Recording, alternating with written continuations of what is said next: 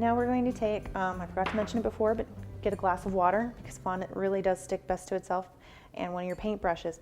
And we're just going to get our skewer wet. This is going to help our fondant stick to it. And you really don't need anything more than that. Here we go. Starting at your bottom mark, you just want to, you can roll the first one just to get it to stick, and then we're actually just going to twist our skewer. And this is kind of fun because if you have a birthday cake or like a Mad Hatter cake, an unbirthday cake, this is really a great way to make candles or even the look of certain types of candy can all be done this way. So we're going to roll it all the way up to the top. Now if you notice, you can use your knife or you can just pull it off with your fingers like I did. If you notice, it's not exactly uniform, and that's okay. Don't worry too much about that. What we're going to do now is just kind of lightly roll it on your countertop. And that's going to make it a little more uniform. There we go.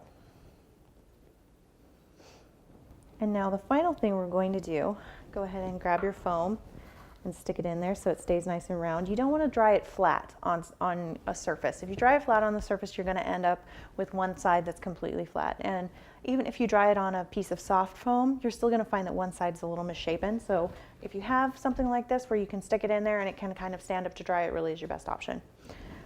The final thing we're going to do is we're going to add our wax strips. When you light a candle and it starts to burn down, you have the wax that drips down the side. So take that little extra that you had and don't overly mix it because you still want it to have that mottled pattern.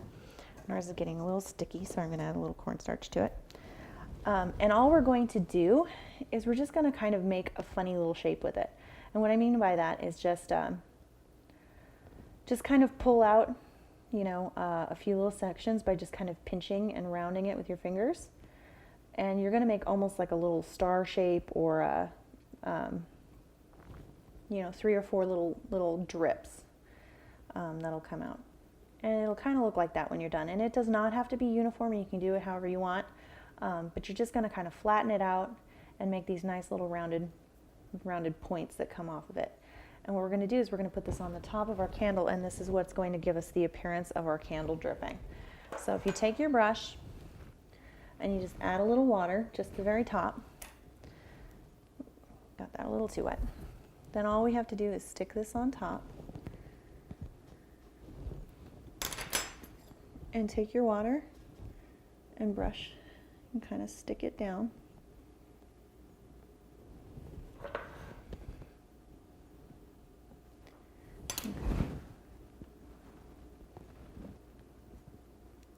And then once we add our flame to that, it's going to very much resemble a dripping candle. So we're going to set that to the side and let it dry. Now the reason we're not adding our flames just yet is when we go to put these on our cake, it really makes your life a lot easier if you have something you can hold on to as you're pushing it into your cake. And you can really damage the little flames on top because they really just sit on top. So after we put these into our cake, that's when we're going to add our flames. So we're going to set this aside. And of course, we're going to make 8 more of these, and then we'll get started on the rest of the decorative elements.